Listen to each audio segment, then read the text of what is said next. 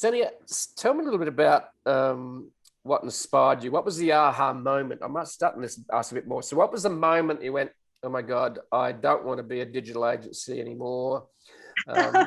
Or you might be when, okay, I want to be in the digital space and then I don't want to be in digital agency anymore. So tell us how the entrepreneurial spirit sort of kicked off years ago. It was totally 100% accidental, I have to say. It came from my own struggle and from my own frustration with the tools we were using back in my agency days. I was always passionate about the ad world. I was obsessed with it since I was a teenager, always aspiring to, sometimes work for a cool, hip ad agency at some point in time.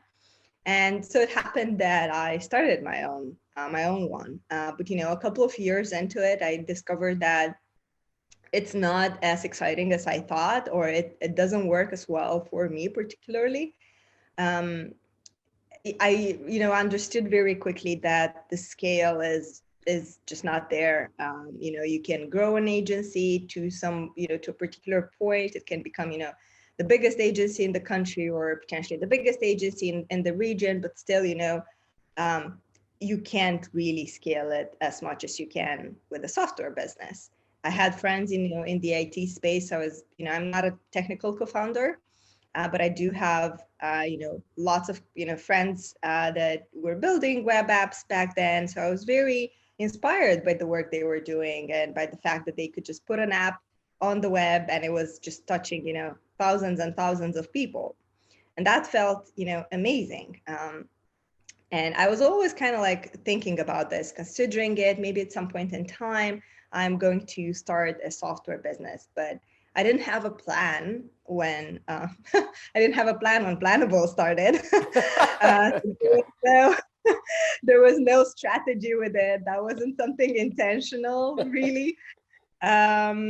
It was just my own issue with the tools we were using. I just didn't enjoy working in spreadsheets on content. I felt like we were building this gorgeous, moving graphic content for clients back then, and we were just, locking it in those cells and trying to make it work as much as possible in spreadsheets and PowerPoints. I felt like my time was just being wasted in formatting spreadsheets and presenting decks. And PowerPoints were just killing my creativity and my inspiration.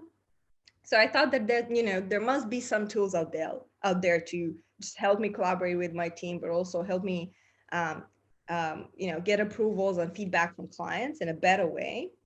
I tried the usual suspects, Buffer and Hootsuite and Sprout Social and all of those guys, and they were doing a tremendous job on like the publishing and the scheduling and analytics and monitoring and all of that stuff. But when it came to the actual collaboration and the workflow that happened behind content publishing, I didn't feel like they were actually helping me. And just fate happened one day. I was participating in a hackathon. For those out there who don't know what hackathons are, it's basically a marathon for developers and product makers, where you go for 48 hours, you form a team on the spot with others in a competition. You form a team and you build a product during a weekend. So I participated in in this hackathon, and that's where I met my co-founder. We actually knew each other from before. Moldova is a tiny country, so we all know each other in the startup ecosystem. And he was pitching this idea of a collaboration tool for social media teams, because he was working in an agency back then, and he saw how his own colleagues were struggling with this work. And I was like, bingo, that solves it. That's exactly what I was looking for.